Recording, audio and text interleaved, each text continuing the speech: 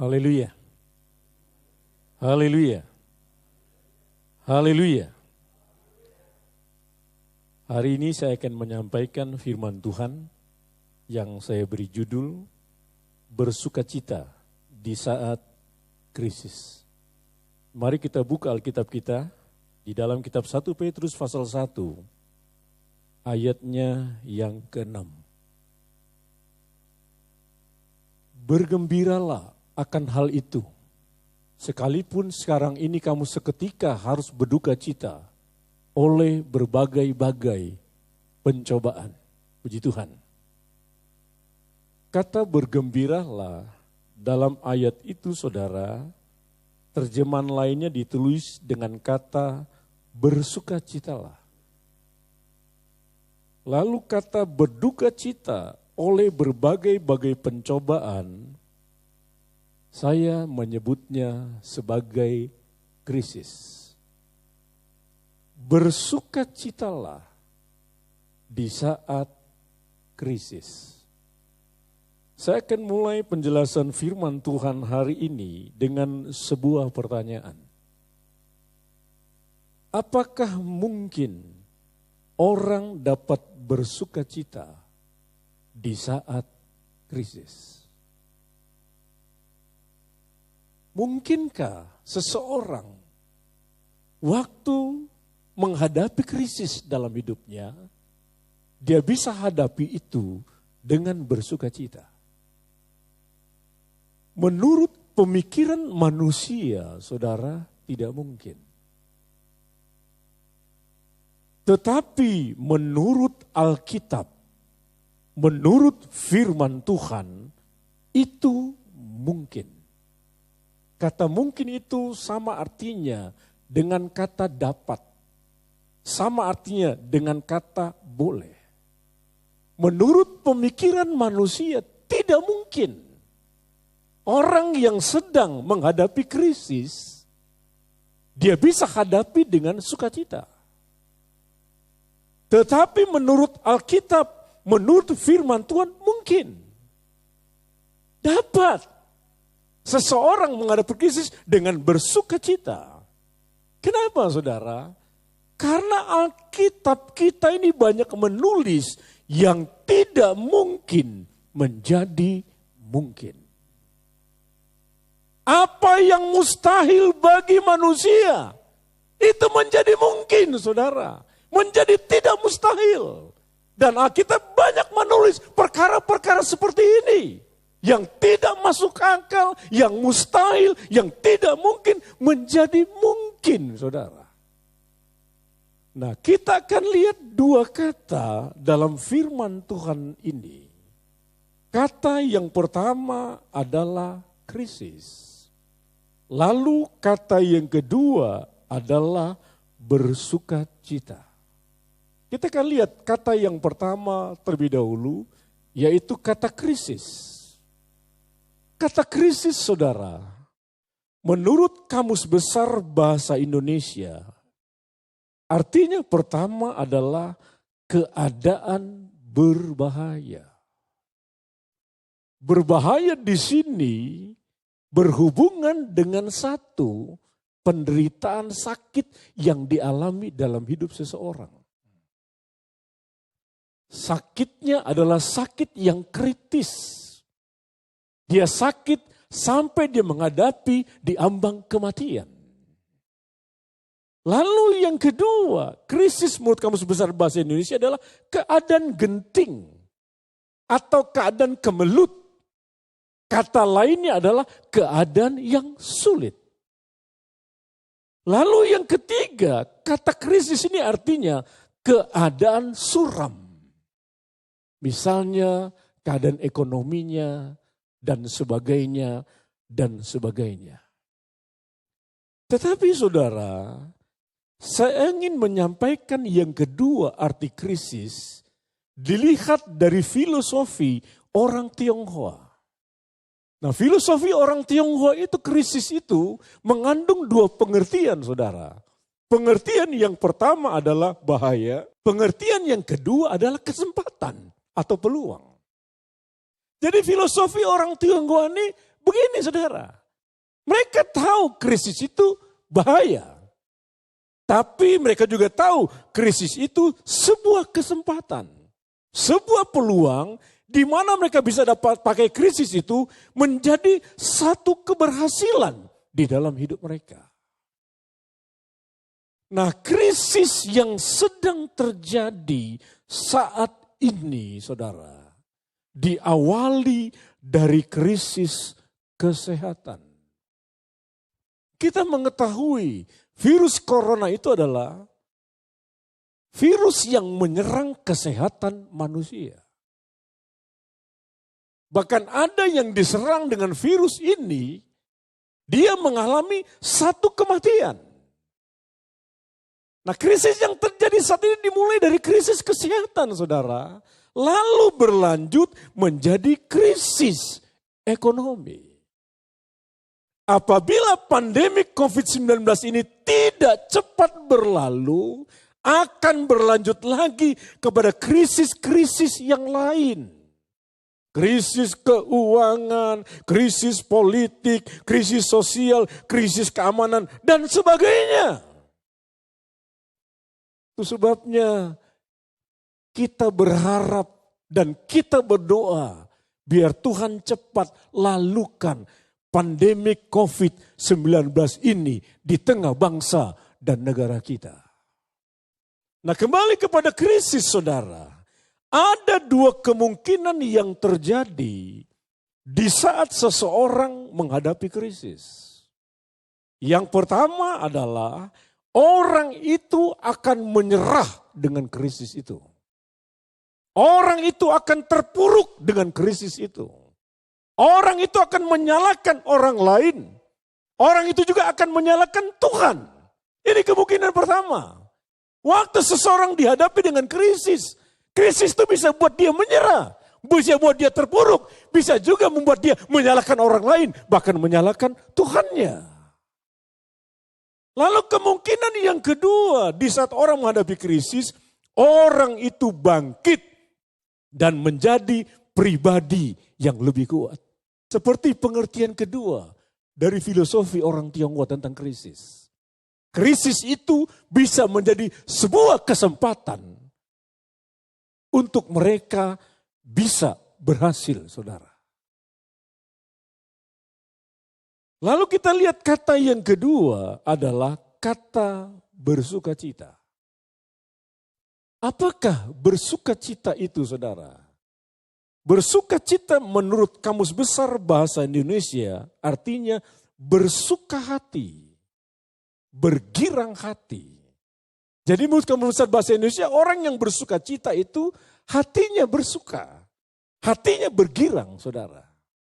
Tetapi menurut Alkitab, saudara, bersukacita itu pertama artinya kegembiraan yang meluap-luap. Meluap-luap itu artinya melimpah, saudara. Meluber, membanjiri. Ini menurut Alkitab. Bersukacita itu satu kegembiraan. Bukan kegembiraan biasa-biasa. Tapi kegembiraan yang melimpah dalam hidupnya. Kegembiraan yang sampai meluber, sampai membanjiri, itu bersukacita. Lalu yang kedua, menurut Alkitab bersukacita adalah satu kegembiraan yang mendalam, yang timbul dari hubungan pribadinya dengan Tuhan. Satu kegembiraan yang mendalam. Kenapa dikatakan mendalam? Karena terjadi di dalam sini, saudara.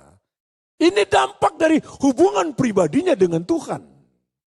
Lalu yang ketiga, menurut Alkitab, bersukacita itu adalah kegembiraan yang dikerjakan oleh kuasa Roh Kudus.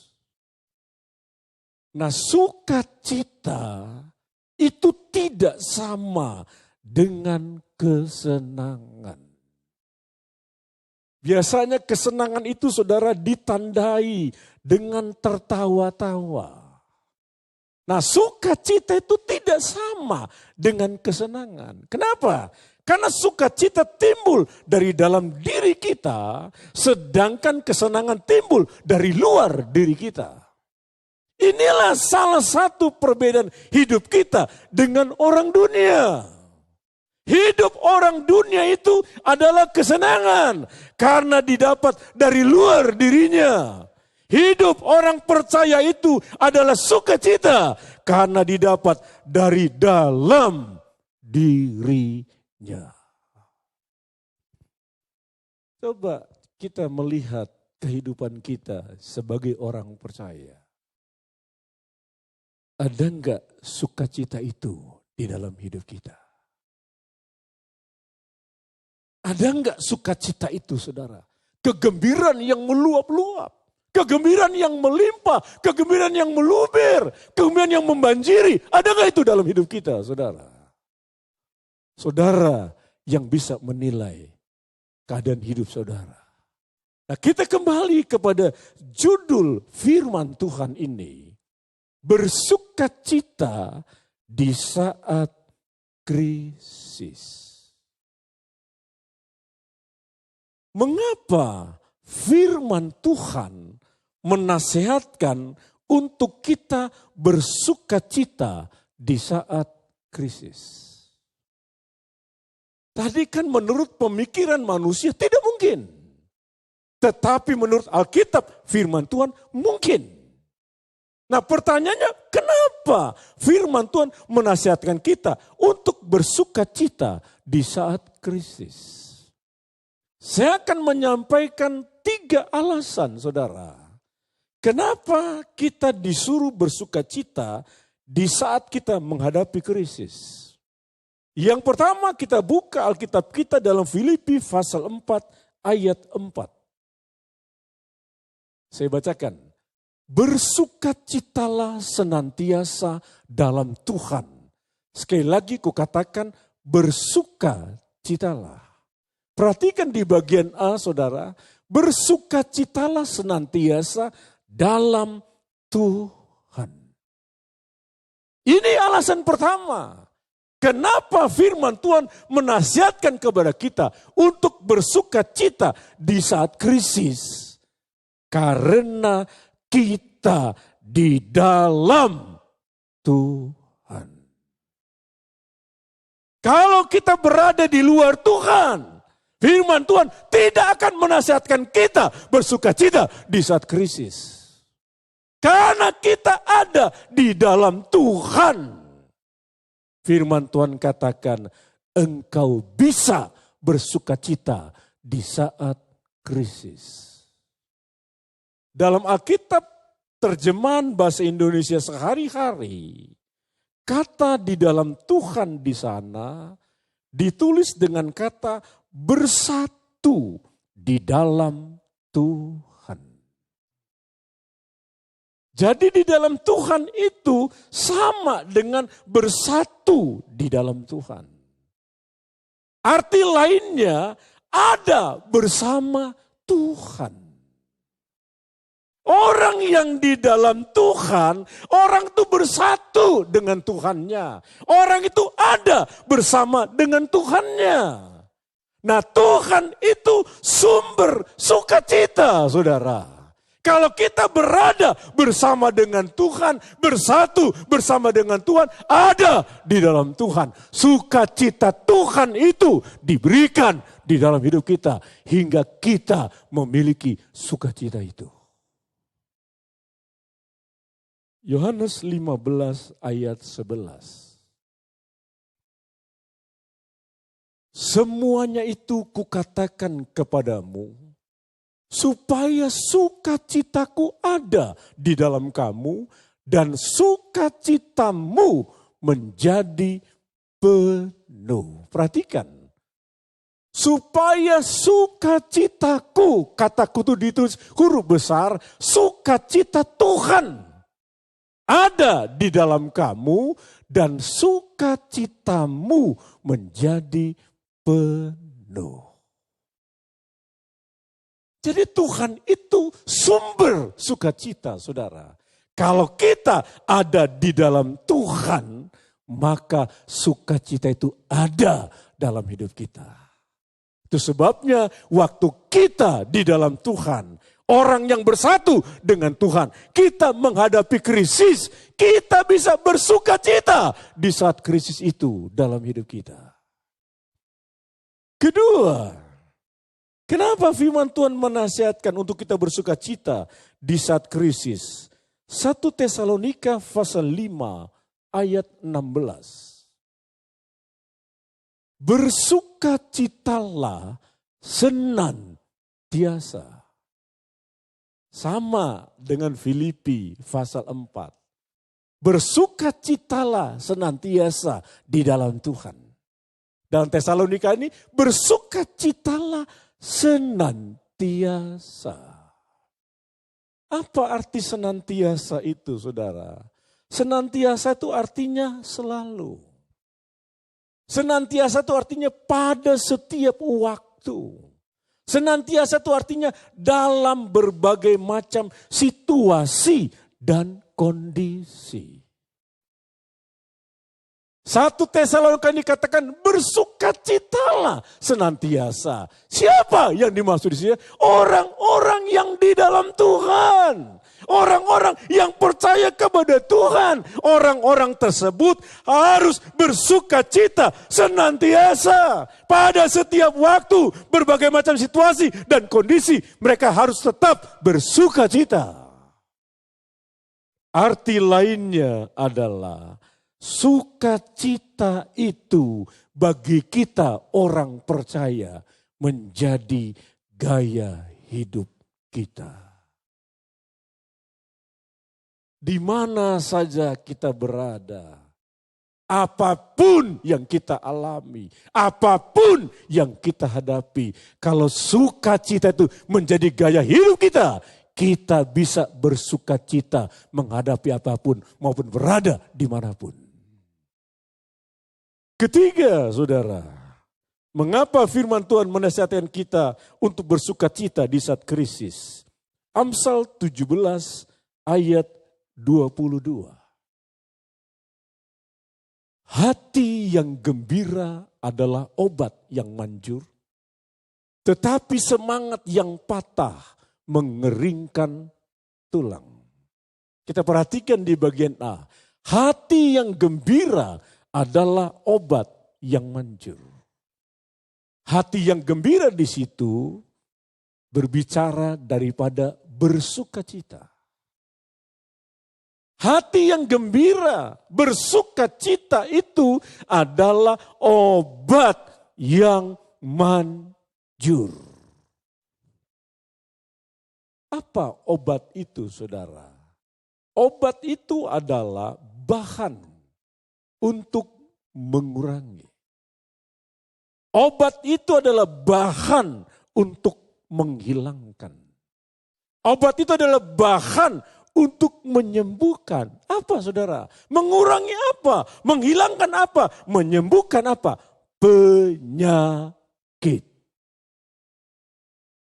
Tetapi ada obat yang tidak manjur, saudara. Dan ada obat yang manjur. Kalau obat itu tidak manjur, obat itu tidak bisa mengurangi, tidak bisa menghilangkan, apalagi menyembuhkan penyakit seseorang. Tetapi waktu orang itu, obat itu dikatakan obat yang manjur, berarti obat itu, saudara, ampuh, mujarab, berpengaruh untuk menyembuhkan penyakit seseorang.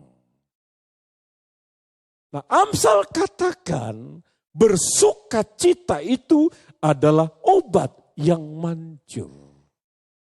Arti lainnya, saudara, kalau seseorang hidupnya penuh dengan sukacita, orang itu akan hidup di dalam keadaan tubuh yang sehat.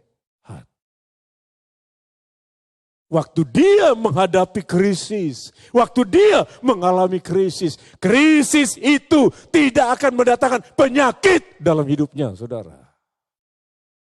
Orang bisa stres karena krisis. Dan stres bisa mendatangkan penyakit dalam hidup seseorang.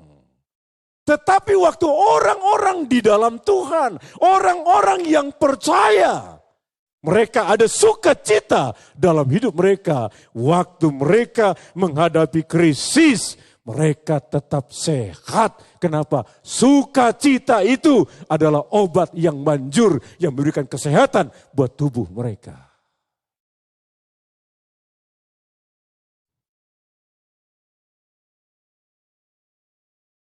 Pertanyaan lagi, saudara. Bagaimana cara kita mendapatkan sukacita itu? Bersukacita di saat krisis. Kita bersukacita karena kita di dalam Tuhan. Karena firman Tuhan ajar kita untuk bersukacita senantiasa. Bersukacita obat yang manjur. Lalu bagaimana kita mendapatkan sukacita itu? Ada 4 jawaban, saudara, untuk kita bisa mendapatkan sukacita itu. Jawaban yang pertama dalam Matius pasal 13 ayat 44 sampai 46. Saya bacakan. Hal kerajaan surga itu seumpama harta yang terpendam di ladang, yang ditemukan orang, lalu dipendamkannya lagi. Oleh sebab sukacitanya, pergilah ia menjual seluruh miliknya, lalu membeli ladang itu. Demikian pula hal kerajaan surga itu, seumpama seorang pedagang yang mencari mutiara yang indah. Setelah ditemukannya mutiara yang sangat berharga, ia pun pergi menjual seluruh miliknya, lalu membeli mutiara itu. Ada 2 perumpamaan ditulis dalam 3 ayat ini, saudara. Perumpamaan yang pertama, kerajaan surga itu seumpama harta yang terpendam yang ditemukan oleh orang. Lalu perumpamaan yang kedua, kerajaan surga itu seperti seorang pedagang yang mendapatkan mutiara yang berharga. 2 perumpamaan ini artinya sama, saudara. Artinya sama.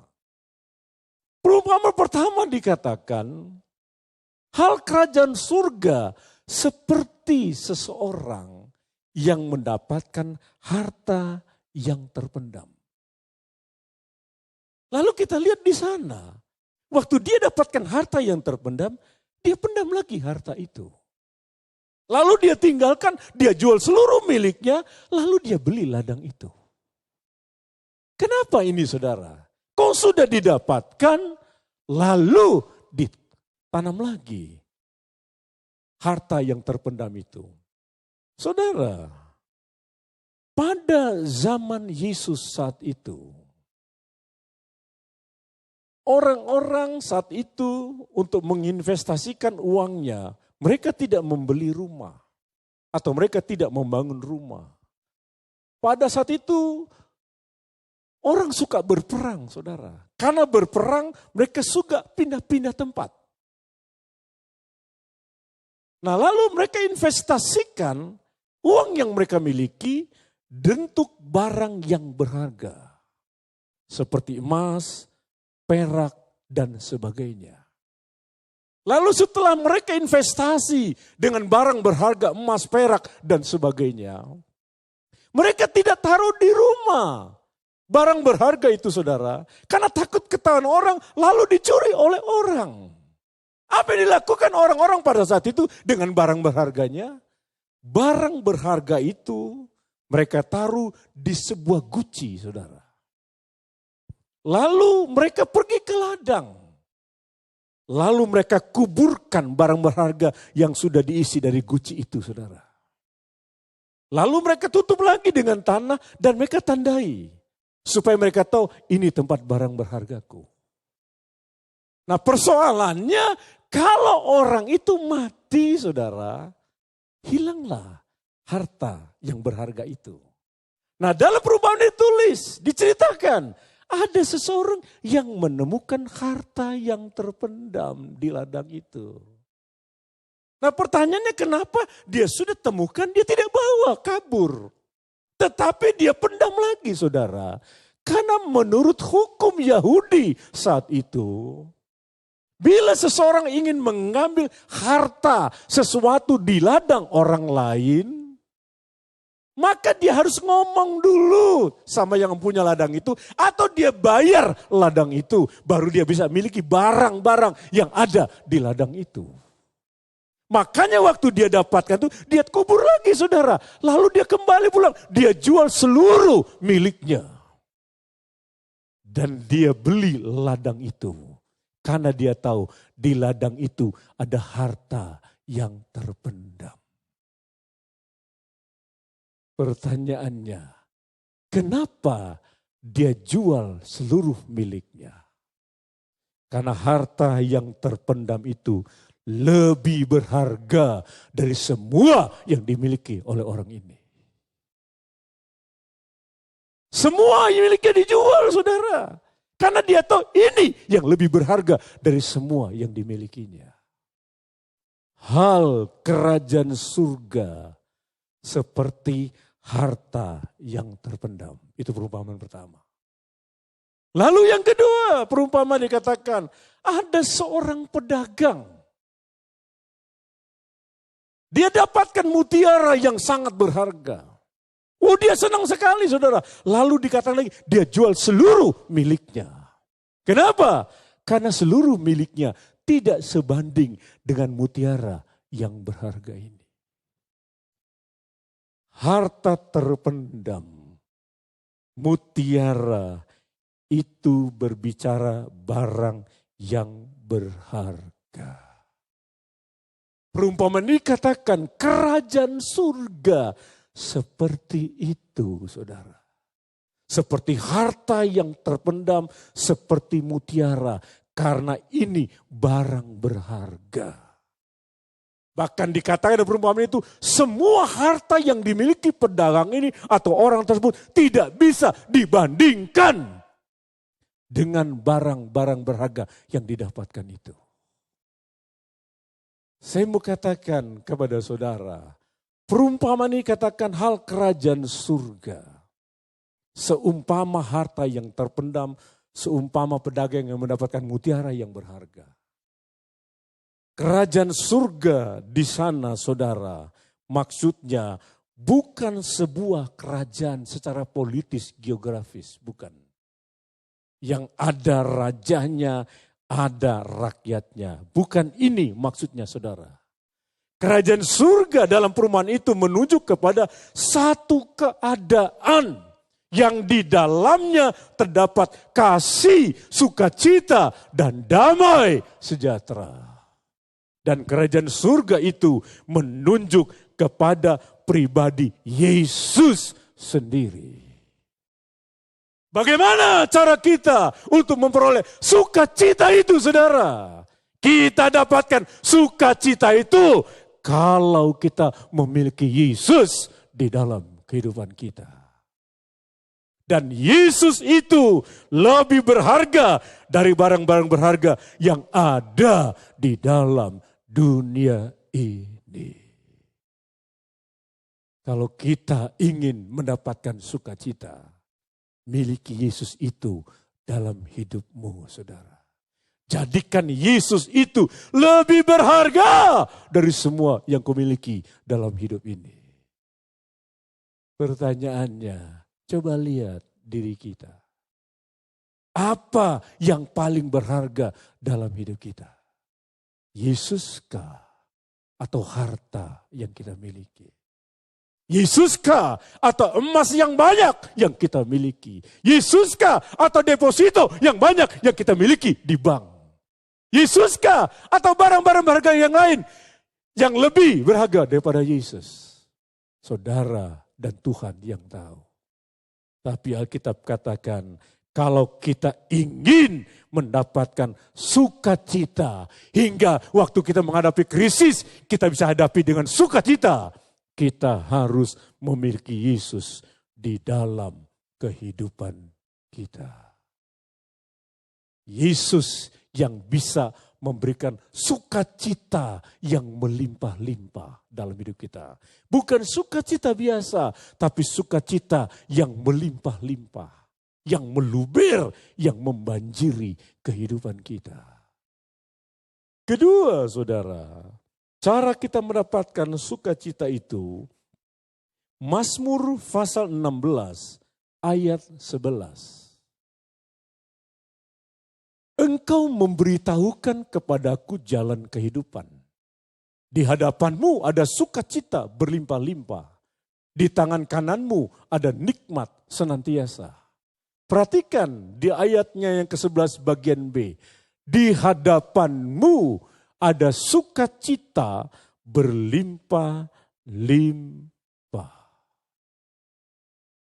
Kata di hadapanmu di situ, saudara. Terjemahan lainnya ditulis dengan kata di dalam doa. Di hadapanmu, di dalam doa ada sukacita berlimpah-limpah. Artinya untuk kita mendapatkan sukacita, kita dapatkan itu juga di dalam doa kita kepada Tuhan.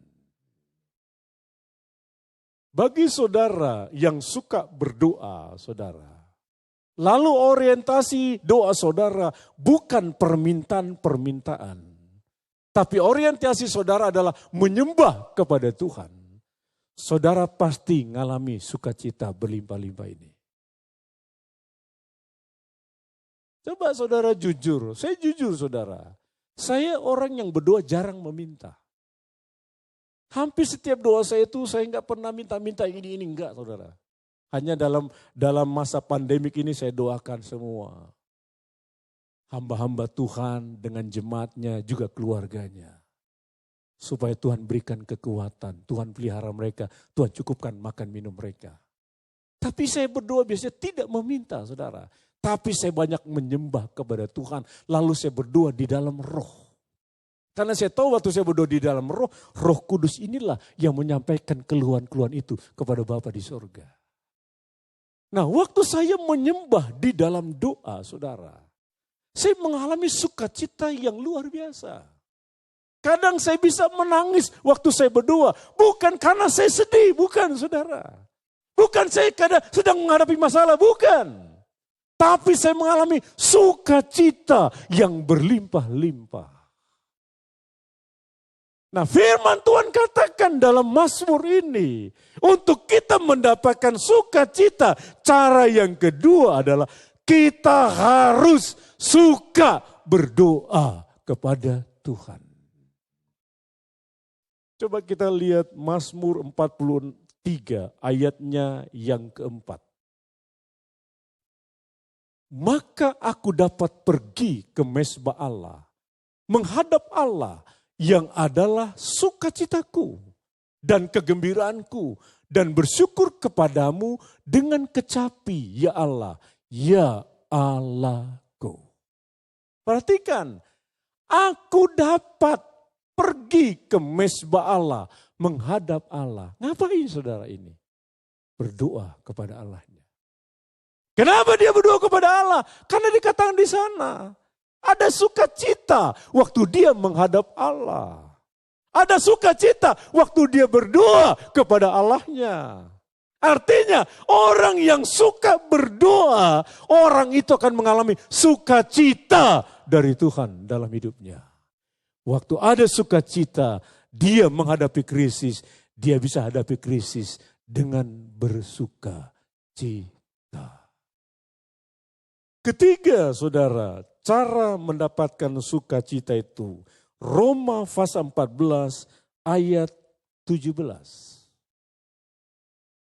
Sebab kerajaan Allah bukanlah soal makanan dan minuman, tetapi soal kebenaran, damai sejahtera, dan sukacita oleh Roh Kudus. Kerajaan Allah bukan soal makanan dan minuman. Tetapi salah satunya adalah sukacita oleh Roh Kudus. Bagaimana kita mendapatkan sukacita saudara? Kita dapatkan dari kuasa Roh Kudus di dalam hidup kita. Waktu Yesus sebelum naik ke surga, dia katakan kepada murid-muridnya, nantikan janji Bapa di loteng Yerusalem. Sampai engkau diperlengkapi dengan kekuasaan dari tempat yang maha tinggi. Siapa yang dimaksud Yesus? Roh Kudus. Siapa yang dapatkan pesan ini? Murid-muridnya. Siapa murid-muridnya? Saya dan saudara juga. Jadi ada janji Yesus katakan, murid-muridnya, orang percaya akan menerima kuasa Roh Kudus dalam hidup mereka. Waktu mereka mengalami kepenuhan kuasa Roh Kudus dalam hidup mereka, maka Roh Kudus itu akan memberikan salah satunya adalah sukacita. Sukacita oleh Roh Kudus. Coba kita membaca Galatia 5 ayat 22. Tetapi buah roh ialah kasih, sukacita, damai sejahtera, kesabaran, kemurahan, kebaikan, kesetiaan. Perhatikan, tetapi buah roh ialah salah satunya sukacita. Jadi salah satu yang diberikan Roh Kudus dalam hidup orang yang ada Roh Kudus adalah sukacita. Jadi Roh Kudus berikan sukacita dalam hidup kita supaya kita bisa menghadapi apapun dengan sukacita ini, saudara. Bersukacita di saat krisis bisa kita jalani dalam kita seorang orang percaya. Karena memang dia berikan sukacita itu di dalam kehidupan kita. Yang terakhir, cara kita mendapatkan sukacita. 2 Korintus pasal 8 ayat 1 sampai 3. Saudara-saudara, kami hendak memberitahukan kepada kamu tentang kasih karunia yang dianugerahkan kepada jemaat-jemaat di Makedonia. Selagi dicobai dengan berat dalam pelbagai penderitaan, sukacita mereka meluap. Dan meskipun mereka sangat miskin, namun mereka kaya dalam kemurahan. Aku bersaksi bahwa mereka telah memberikan menurut kemampuan mereka, bahkan melampaui kemampuan mereka. Ditulis di sini saudara, ada jemaat-jemaat di Makedonia. Apakah Makedonia itu saudara? Makedonia itu adalah sebuah provinsi yang ibu katanya Tesalonika. Nah di provinsi Makedonia saudara ada banyak jemaat-jemaat.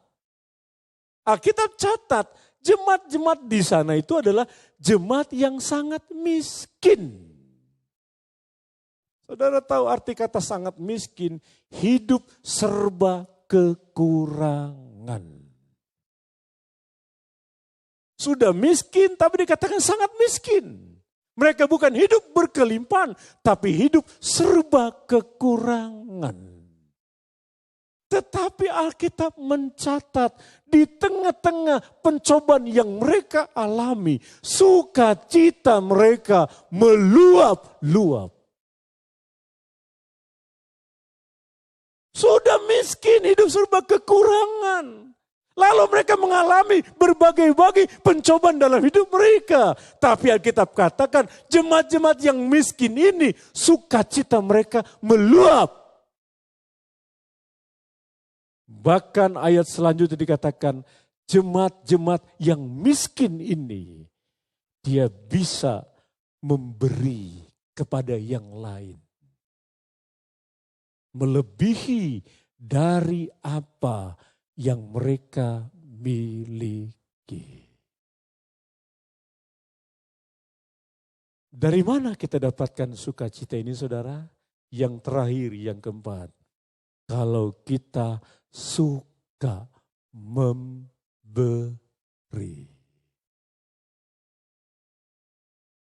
Suka memberi itu juga akan menghasilkan sukacita dalam hidup kita. Kita belajar dari jemaat-jemaat yang ada di Makedonia ini, saudara. Kadang kita berpikir yang bisa memberi itu adalah orang yang kaya, yang punya harta yang banyak, yang berkelimpahan. Orang yang susah mah jangan, yang miskin mah jangan. Namanya saja miskin, serba kekurangan. Gak mungkinlah dia bisa memberi. Pemikiran manusia seperti itu, saudara. Tapi Alkitab menulis dengan jelas. Memberi itu bukan hanya bagian orang kaya.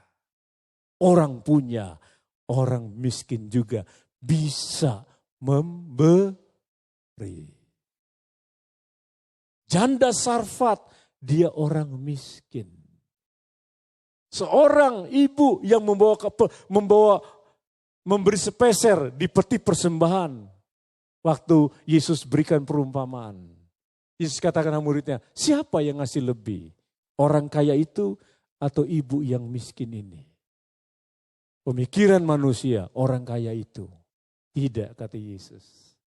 Yang lebih banyak memberi ibu yang miskin ini. Kenapa? Dia beri dari seluruh nafkah hidupnya. Saya mau katakan kepada kita semua. Mari belajarlah kita suka memberi, saudara. Atau kata lainnya suka menabur. Kalau kita ingin menuai, kita harus berani menabur. Jangan kita hanya punya karunia menerima, saudara.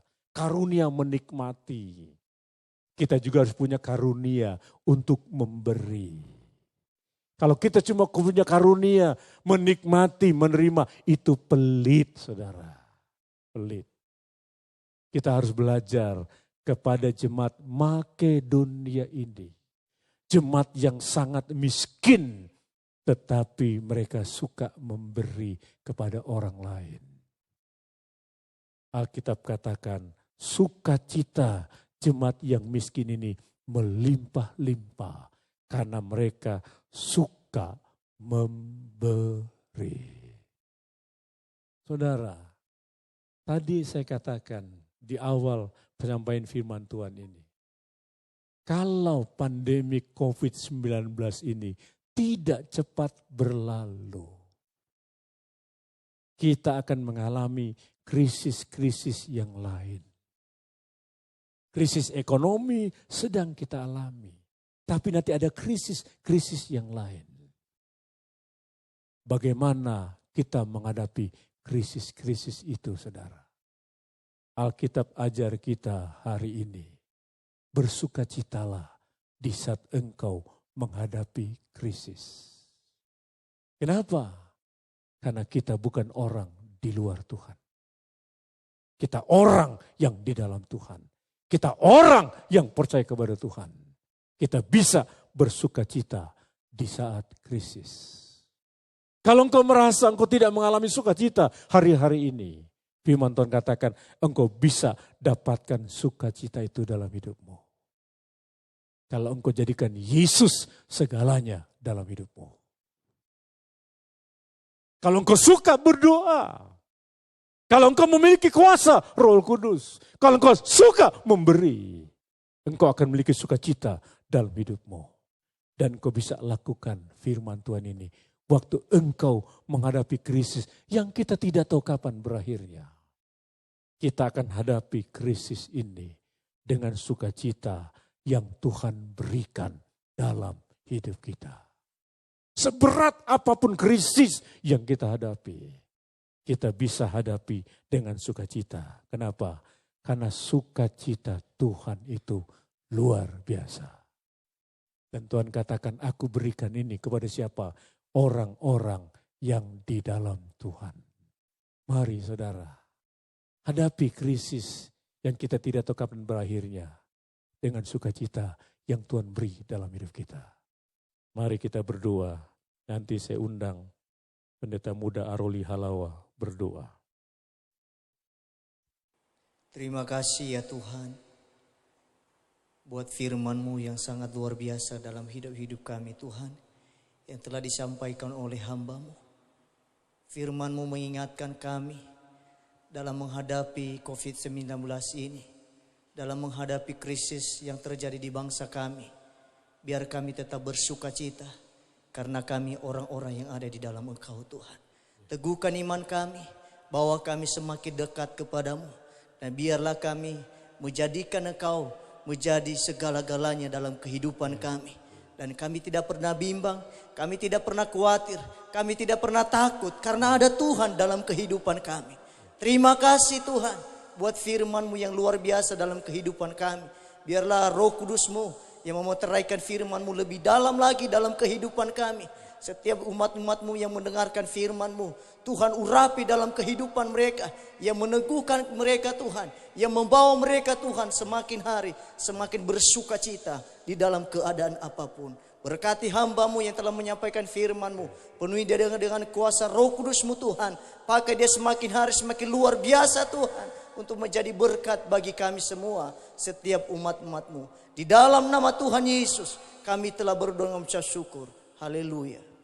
Akhirnya terimalah berkat dari Allah Bapa, rahmat cinta kasih dari Yesus Kristus, bimbingan dan persekutuan dari kuasa Roh Kudus, menyertai kita sekalian saat ini, esok, sampai selama-lamanya. Haleluya, haleluya, amin. Saudara, minggu depan tanggal 3 Mei ada perjamuan suci. Tuhan memberkati.